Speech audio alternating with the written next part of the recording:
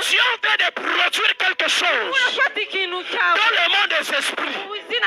Les impossibles commencent à être possibles.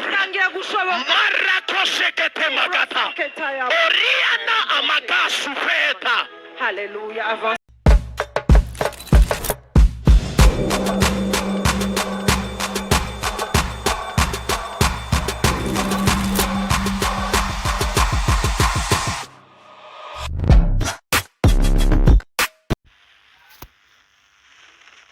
Shalom. Shalom. Que le Seigneur vous bénisse. Nous bénissons la présence de Dieu pour cette opportunité que le Seigneur nous a accordée. Je sens qu'il y a la gloire de Dieu en ces lieux. Est-ce que tu peux balancer ta main? Salut de gauche et de droite. Dis-lui bienvenue dans la maison du Seigneur. Dis-lui que tu es très bien habillé.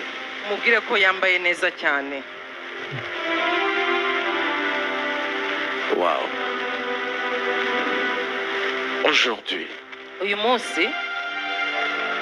j'aimerais un peu que nous puissions oublier la terre et que nous puissions aller dans les airs. J'aimerais que tout celui qui a un téléphone de mettre cela dans la vibration ou bien dans le mode d'avion. Évitez ce va-et-vient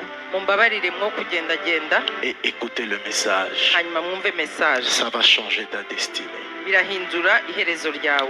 Je suis comme David qui gardait les troupeaux de son père. Parce que j'ai un adage qui dit ceci: malgré la taille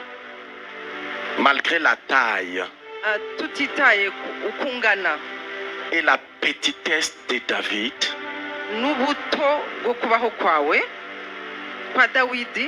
cela n'avait pas fait qu'il ne puisse pas terrasser Goliath. Malgré que David était petit,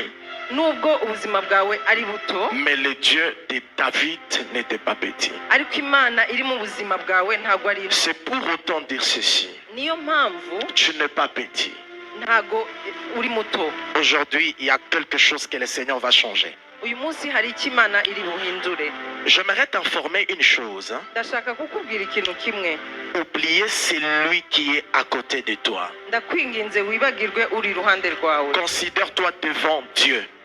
Ne me regarde pas avec les yeux physiques, mais regarde-moi avec les yeux spirituels. Parce que si tu me regardes avec les yeux spirituels, ça changera votre identité.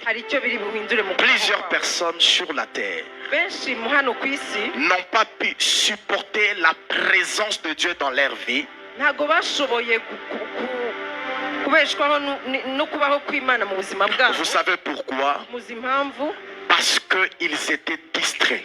La distraction, c'est un élément qui désactive la présence de Dieu. Amen. Fais comme ça. Aujourd'hui, la délivrance est passée dans les rangées. Enough is enough. Aujourd'hui, c'est ton jour. Aujourd'hui, c'est ton jour. Aujourd'hui, c'est ton jour. Aujourd'hui, la faveur de Dieu est en train de se réaliser. Aujourd'hui, je déclare, aujourd'hui, celui qui ne veut pas dire Amen, ça ne sera pas à lui. Amen, amen, amen. Amen veut dire que ce soit ainsi. Lorsque tu dis Amen, tu es en train de produire quelque chose dans le monde des esprits. Les impossibles commencent à être possibles. Oriana amaka sufeta. Alléluia. Alléluia. Avance prophète, avance prophète. Quand je vais toucher les gens, ça sera terrible ici. Quand Dieu va commencer à toucher des gens ici. Quand Dieu va commencer à toucher les gens ici, ça sera extraordinaire. C'est pourquoi c'est lui qui va rater cette semaine. Franchement, je te dis, tu vas rater ta saison. Et ne viens pas seul. Viens avec le membre de ta famille. Ah, je déclare pour ceux-là qui me suivent sur YouTube maintenant. À partir de maintenant, que la gloire de Dieu commence aussi à vous localiser. Que le Seigneur commence à vous localiser. Que le Seigneur commence à vous localiser. In the mighty name of Jesus, I prophesy. La saison des aigles arrive. Nous ne sommes pas dans une saison de paresseux, mais nous sommes dans une saison de géants. La saison où tu vas dire à la malaria, libère-moi.